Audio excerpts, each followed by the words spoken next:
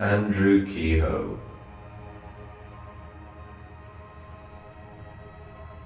Andrew Kehoe was born in Tecumseh, Michigan on February 1st, 1872. He was one of 13 children.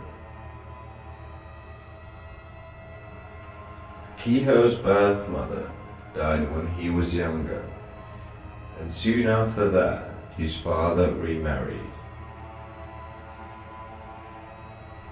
And we know that something's not quite right from the beginning. Reportedly, Kehoe often fought with his stepmother. When Kehoe was 14, the family stove exploded as she was attempting to light it. The oil fueling the stove soaked her, and the flames set her on fire, burning her clothes, her hair, and her skin. Andrew watched his stepmother burn for a few minutes before dumping a bucket of water on her. He wasn't in shock, he was just enjoying the suffering. She later died from the injuries. The stove malfunction was left unresolved, and Kehoe was not charged. Kehoe's neighbors described him as an intelligent man who grew impatient with those who disagreed with him. Neighbors recalled that Kehoe was always neatly dressed and was always known to change his shirt at midday or whenever it became even slightly dirty. Neighbors also recounted how Kehoe was cruel to his farm animals, having once beaten a horse to death.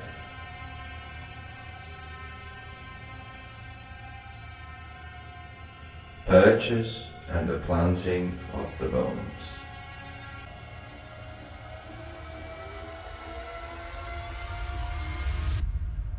There is no clear indication as to when Kehoe conceived and planned the steps leading to the disturbing event.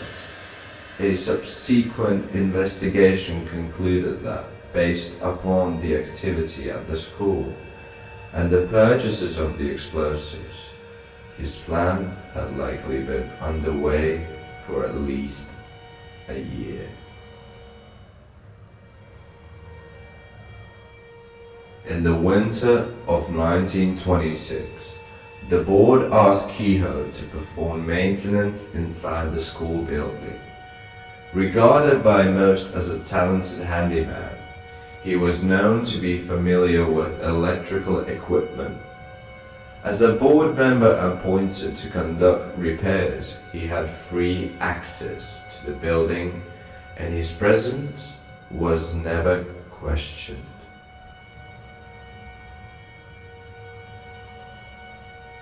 Beginning in the summer of 1926, Kehoe purchased over a ton of pyritol, a substance introduced in World War I.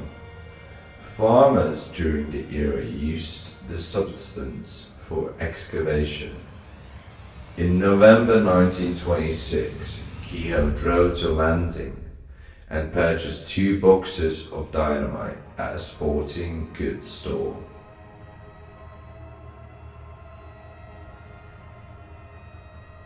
Dynamite was also commonly used on farms, and Kehoe's purchase of small amounts of dynamite and pyritol at different stores and on different dates did not raise any suspicions.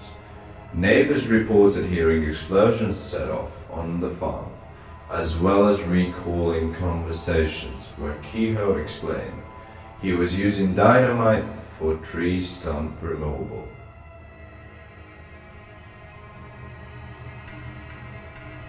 The day of the disaster.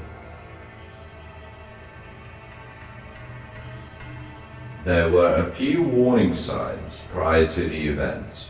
Kehoe passed out employee paychecks the prior week and told the bus driver holding keys, "My boy, you want to take good care of that check, as it probably is the last check you will ever get."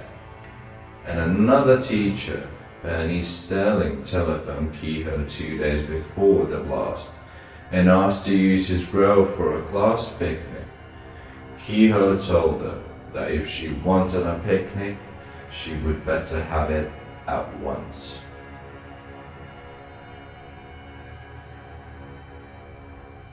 Prior to May the 18th, Kehoe had loaded the back seat of his car with metal scrap. He threw in old tools, nails, pieces of rusted farm machinery, digging shovels, and anything else capable of producing shrapnel during an explosion. After the back seat was filled, Kehoe placed a large box of dynamite behind the front seat and a loaded rifle on the passenger seat.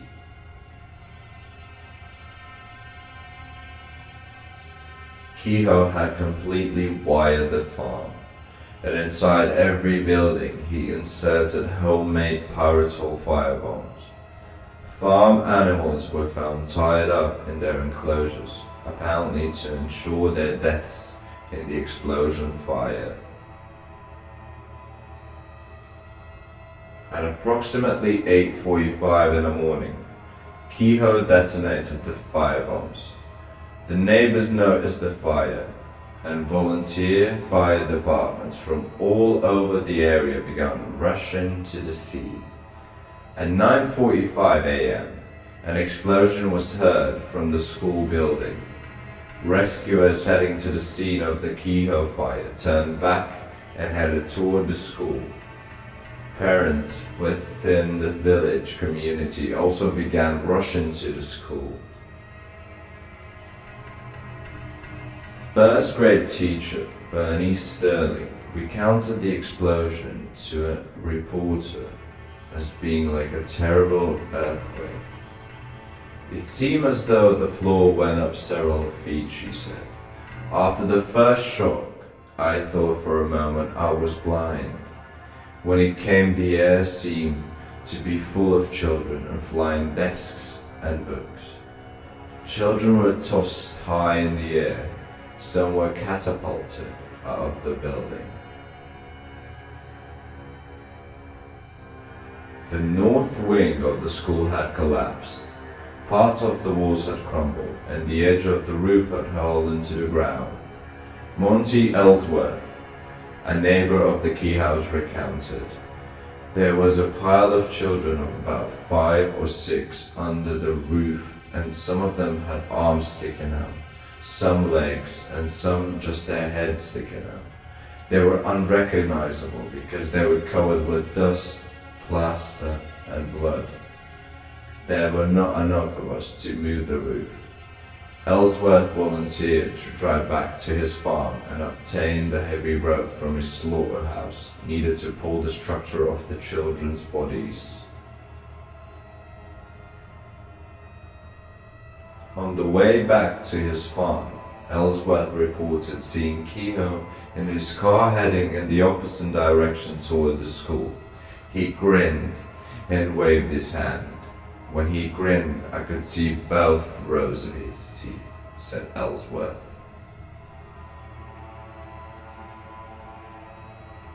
The scene at the school building was chaotic.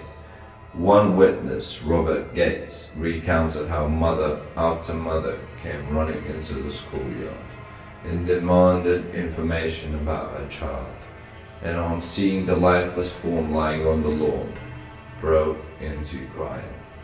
In no time more than 100 men were at the work, tearing away the ruins of the school, and as nearly as many women were poring over the timber and broken bricks for traces of their children.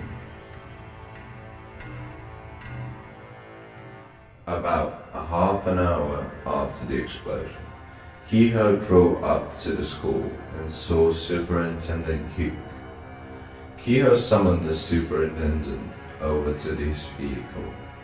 According to one eyewitness, when Hugh drew close, Kehoe pulled out his rifle and fired into the back seat. Whether by gunshot or otherwise, the dynamite in the vehicle ignited and the resulting explosion killed Kehoe, the superintendent, Postmaster Glenn O. Smith, and Smith's father-in-law, Nelson McFerrin, a retired farmer. Cleo Clanton, an 8-year-old second grader, had wandered out of the collapsed school building and was killed by the shrapnel from the exploding vehicle. Several others were injured as the shrapnel flew through the crowd.